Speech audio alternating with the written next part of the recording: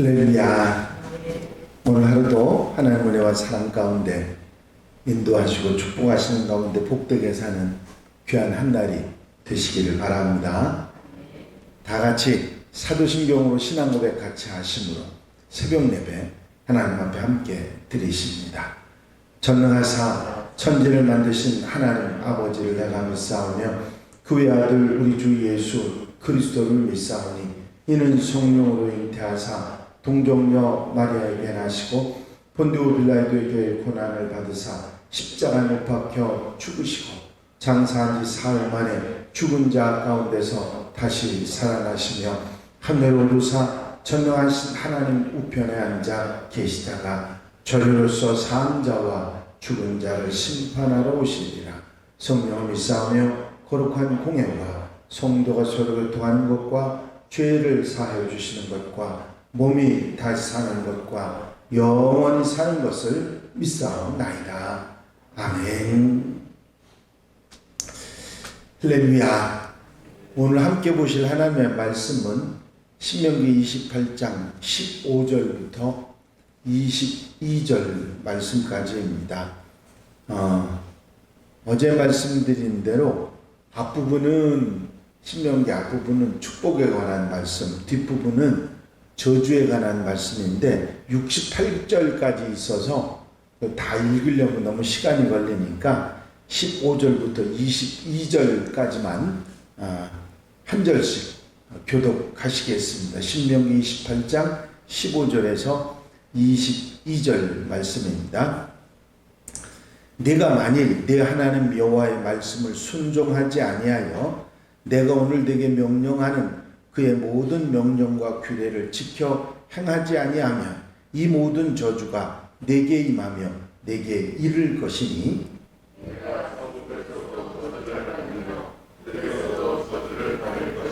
또 내 광주리와 떡반죽 그릇이 저주를 받을 것이요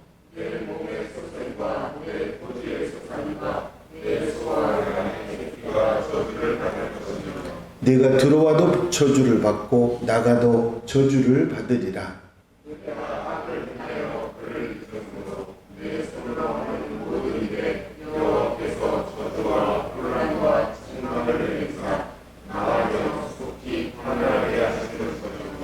여호와께서 내 몸에 연병이 들게 하사 내가 들어가 차지할 땅에서 마침내 너를 멸하실 것이며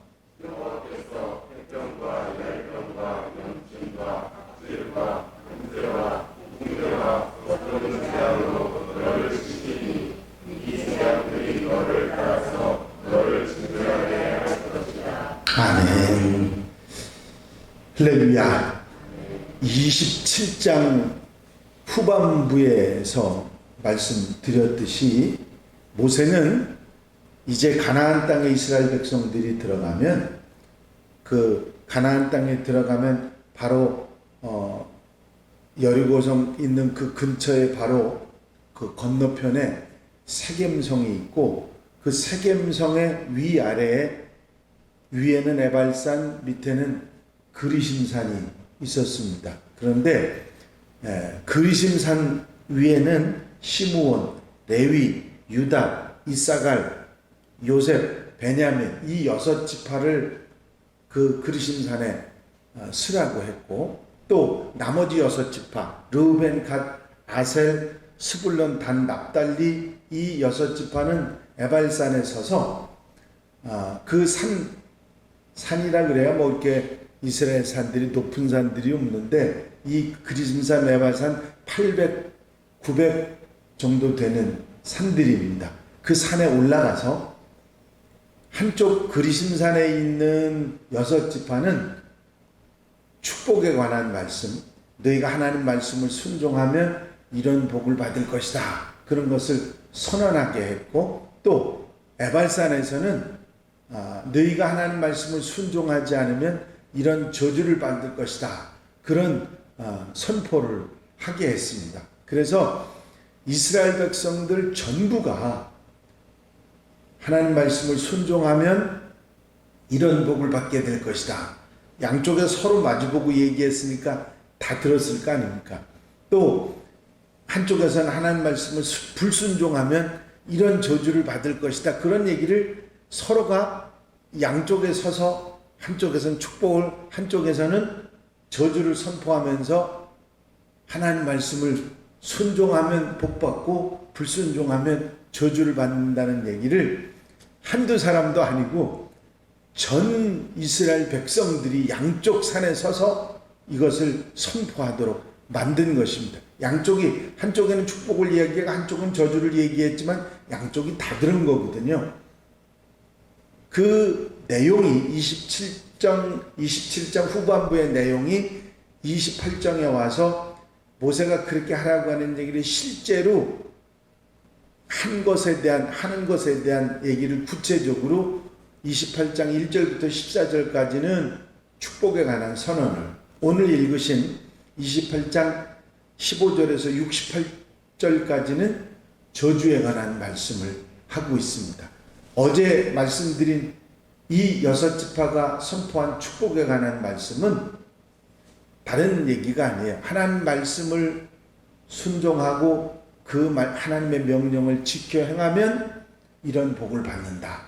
그 7가지 복에 대한 말씀이 나와 있고, 오늘은 이 15절에서 68절까지는 하나님 말씀을 불순종하고 그 말씀을, 그 명령을 따르지 않으면 이런 저주가 임한다 얘기를 하셨는데 13가지 저주가 나옵니다. 여기 목록에 보면 제일 먼저 나오는 목록이 언제 어디서나 무엇에나 저주가 임한다고 하는 내용입니다. 자, 이 저주에 관한 내용 중에 이런 표현이 있습니다. 내게 미칠 것이다, 내게 이를 것이다, 이렇게 의인화시켜서 따라다니는 것처럼 표현을 했어요. 사람들이 따라다니는 거 있지 않습니까? 뭘 이렇게 따라다니는 것처럼 이 저주가 늘 따라다닐 것이라고 하는 그런 표현을 하고 있습니다. 그래서 언제 어디서도 무엇에라도 다 이 저주가 임할 것인데, 그게 뭐냐면 불순종하는 사람, 하나님 명령을 따르지 않는 사람한테 있을 것이다. 두 번째는 그 손으로 하는 모든 일에 저주와 혼란과 책망이 내려서 망하고 파멸한다 하는 말입니다. 그렇잖아도 불순종하고 불평하는 사람인데 늘 비난하고 책망하고 하는 사람이 따라다니면서 무슨 일이든지 제대로 하지 못하도록 만드는 저주가 임한다, 그런 말이죠. 잘하는 사람들이요, 비난받거나 책망받으면 금방 기가 죽어버리는데 뭐 제대로 하지도 못하는데 따라다니면서 계속 야단치고 비난한다고 생각해 보세요. 그게 얼마나 힘들 것인지. 또 불순종하는 자에게 임하는 세 번째 저주는 질병입니다. 여기 질병에 대한, 그때 당시에 질병에 관한 얘기가 다 나왔다고 할 만큼 상당히 힘들고 어려운 질병에 대한 표현이 나와 있습니다. 근데 여러분, 이거 한 가지만, 이 저주에 대한 얘기를 한 가지만 들어도 아이고 절대로 이건 하지 말아야지 그런 생각이 들 정도로 정말 힘든 그런 내용이거든요. 그런데 그걸 몇 가지를 얘기했냐면 13가지를 얘기하고 있는 거예요. 네 번째 저주는 자연재해입니다. 아무리 노력해도 노력하는 대로 얻지 못하고 극심한 가뭄, 썩는 재앙, 이런 것들. 하늘이 노시되고 땅은 처리될 것이라고 하는 말은 비 한 방울 내리지 않는다고 하는, 땅이 쇠덩이처럼 굳어버리고 극심한 한파를 말하는 것이죠. 티끌과 모래는 황폐한 토양에 강한 바람에 불 때 일어나는 흙먼지를 표현하는 것인데, 그 논이나 밭이 이렇게 황폐하게 되는 자연재해에 관한 저주를 말씀하고 있고, 다섯 번째는 전쟁에서 지는 패배. 여러분, 전쟁에 지면 어떻게 되는지 아시죠? 모든 걸 잃어버립니다. 그때부터는 고통이 시작이죠. 그냥 전쟁은 지는 걸로 끝나는 게 아니라 모든 것이 고통이고 아픔이 되는 게 전쟁에서 패배거든요. 그게 다섯 번째 저주입니다. 여섯 번째는 영적 어둠, 압제와 강탈당하고 구원자가 없는 저주입니다. 여러분,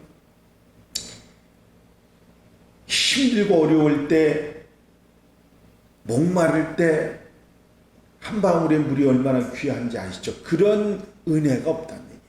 이게 얼마나 힘들고 어려운 건지 우리는 잘 압니다. 바로 이런 저주가 임한다는 얘기고, 7번째 저주는 약혼자가 다른 남자와 자고 새로 산 집에 타인이 거하고 포도를 다른 사람이 먹는 거 전부 다 뺏겨버리는 거죠. 하나도 누리지 못하는 그런 저주입니다. 8번째는 자녀나 소나 낙이나 양을 빼앗기고 약해서 힘이 없어 지는 것을 말하고 있습니다. 9번째는 토지소산, 자신이 수고한 것을 자신이 먹지 못하고 타인이 먹는 저주고요. 10번째는 백성들과 왕이 다른 나라의 포로가 되어서 끌려가는 저주입니다. 11번째는 먼 곳에 있던 잔인하고 사나우고 흉악한 민족이 이스라엘을 공격해서 이스라엘을 망하게 하는 질병, 그런 저주입니다. 12번째는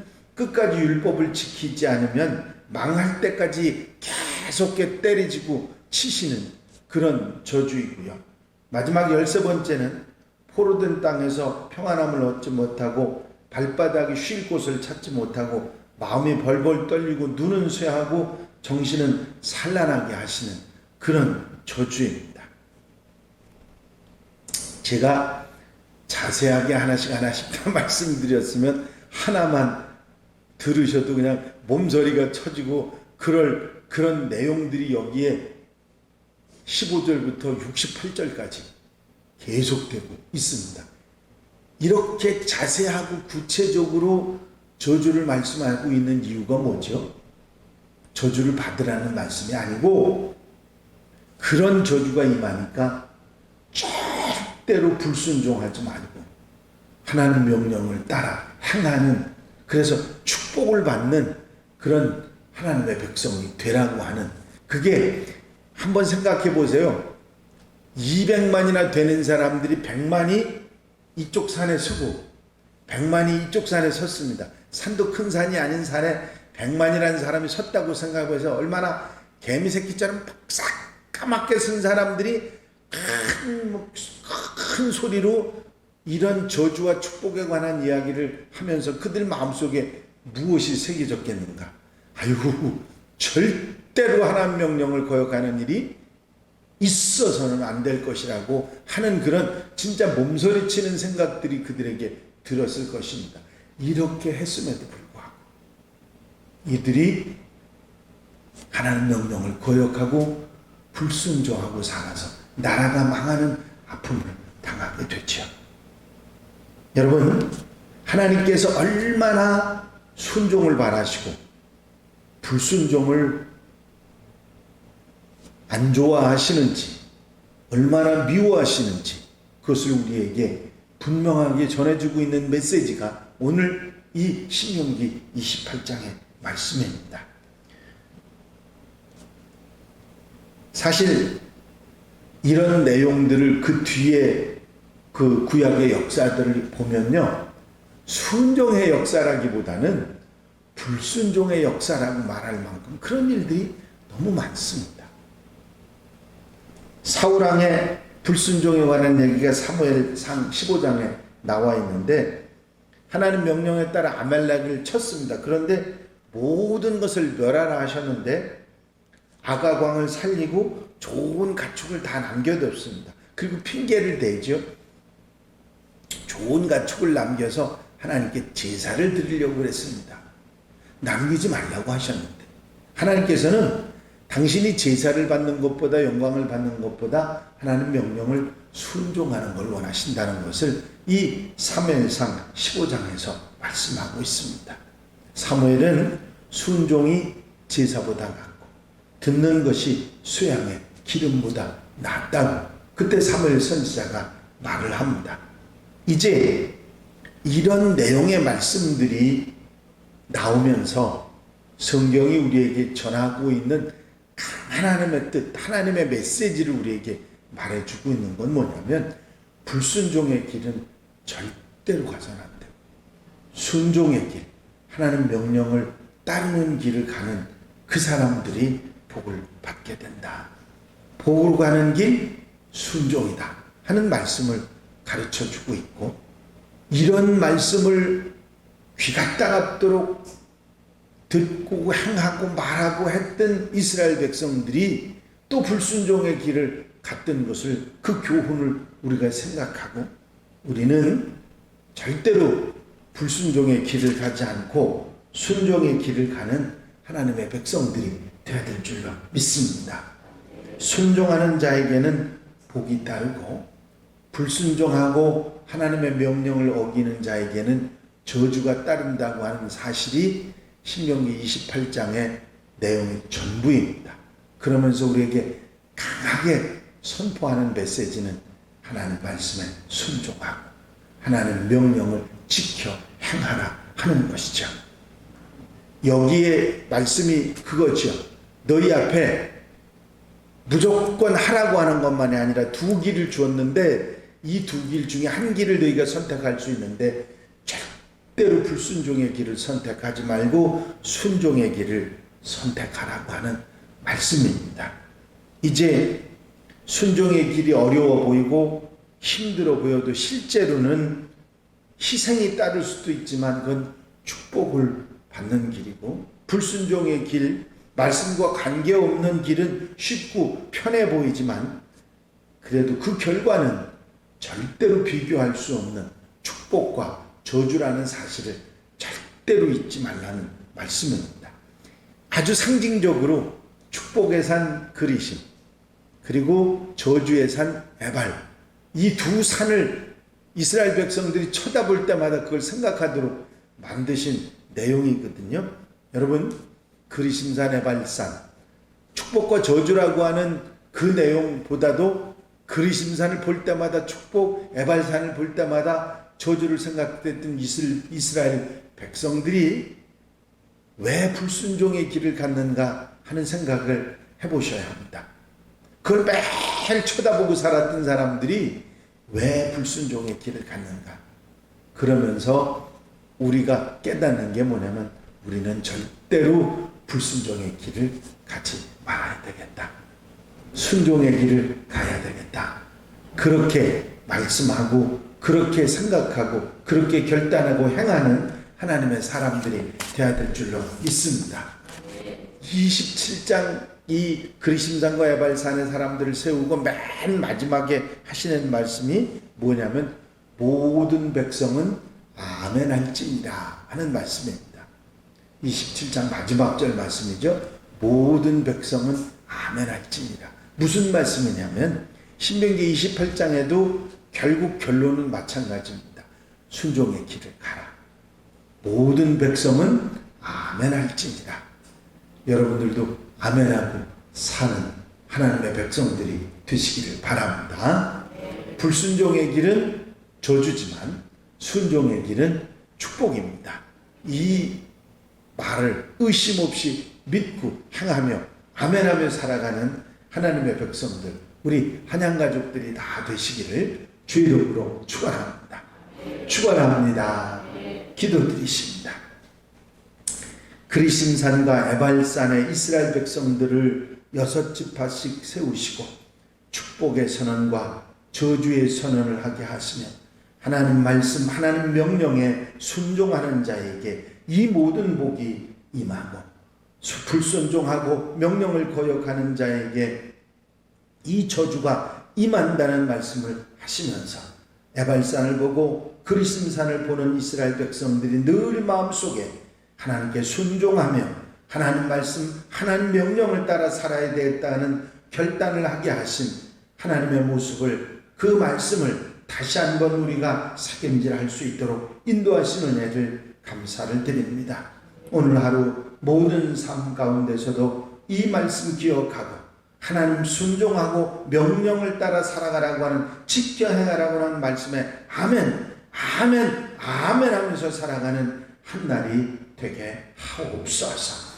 이제 저주의 말씀을 떠올리면서 몸서리치면서 절대로 하지 않겠다고 결단하고 순종의 길 가는 하나님의 백성들이 되기를 원합니다. 이스라엘 백성들의 교훈을 마음에 담고 삶에 닮아서 언제 어디서나 어리석은 길 선택하지 않고 지혜롭고 순종의 길, 명령을 따르는 아름다운 길을 가는 하나님의 백성들, 축복의 백성들이 되게 하옵소서. 오늘 한날의 삶도 주의 은혜로 순종의 길, 축복의 길에서 살게 해 주실 줄로 믿사옵고 예수 그리스도의 이름으로 기도하옵나이다. 아멘. 주님 가르친 기도 함께 드리십니다. 하늘에 계신 우리 아버지시여, 이름이 거룩히 여김을 받으시오며 나라의 마옵시며 뜻이 하늘에서 이루어진 것 같이 땅에서도 이루어지리다. 오늘날 우리에게 일용할 양식을 주옵시고 우리가 우리에게 죄 지은 자를 사하여 준 것 같이 우리 죄를 사하여 주옵시고 우리를 시험에 들지 말게 하옵시며 다만 악에서 구하옵소서. 나라와 권세와 영광이 아버지께 영원히 쌓옵나이다. 아멘.